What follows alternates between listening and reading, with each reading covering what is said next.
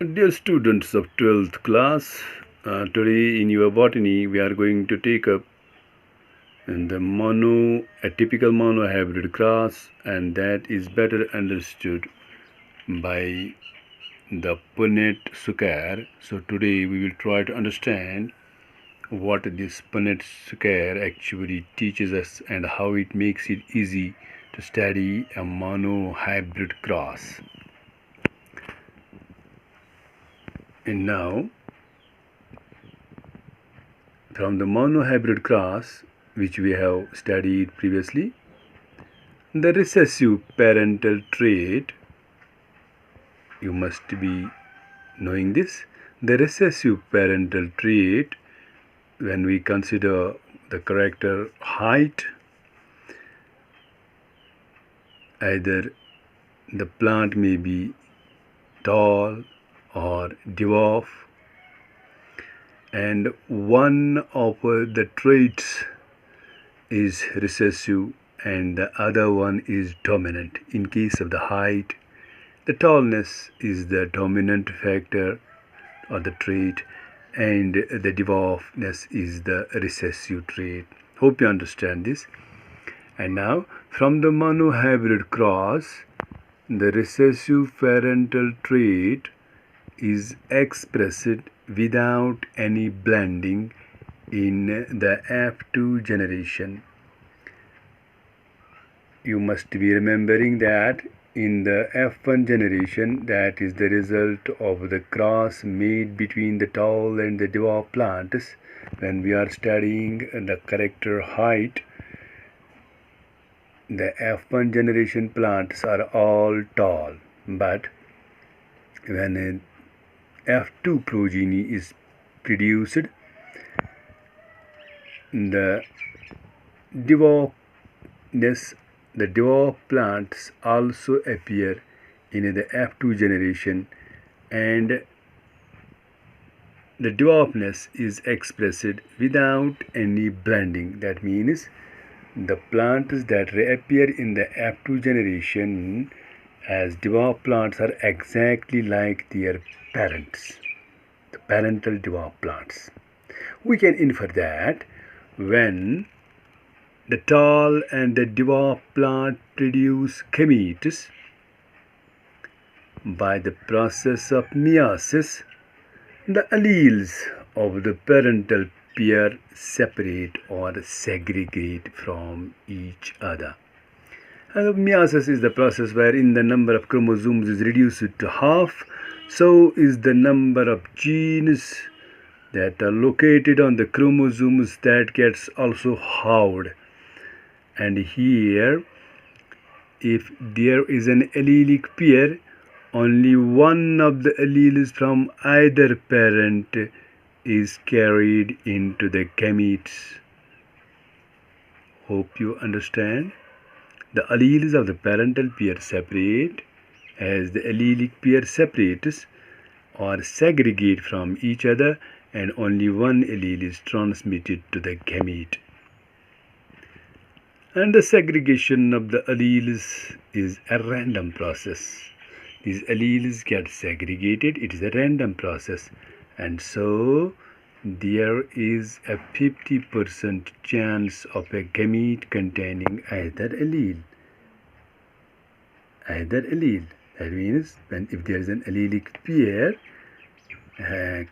containing a particular pair for a particular character, and it is a matter of chance, or there is a random processing occurs, and there is a 50% chance of a gamete containing either allele, as verified by the results of crossings. So the gametes of the tall represented by the capital T plants have the allele small capital T, and the gametes of the dwarf represented by the small t plants have the allele small t. One of the allele out of pair of alleles, only one passes to the gamete because of the reductional division, that is the meiosis. And during fertilization, the two alleles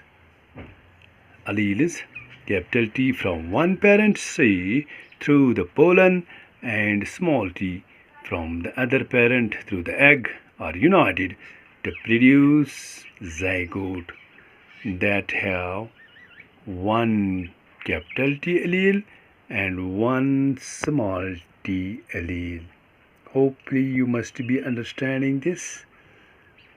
And that is, the hybrids have capital T, small t. Since these hybrids contain alleles which express contrasting traits, the plants are heterozygous. Heterozygous is the result of the crossing or the hybridization.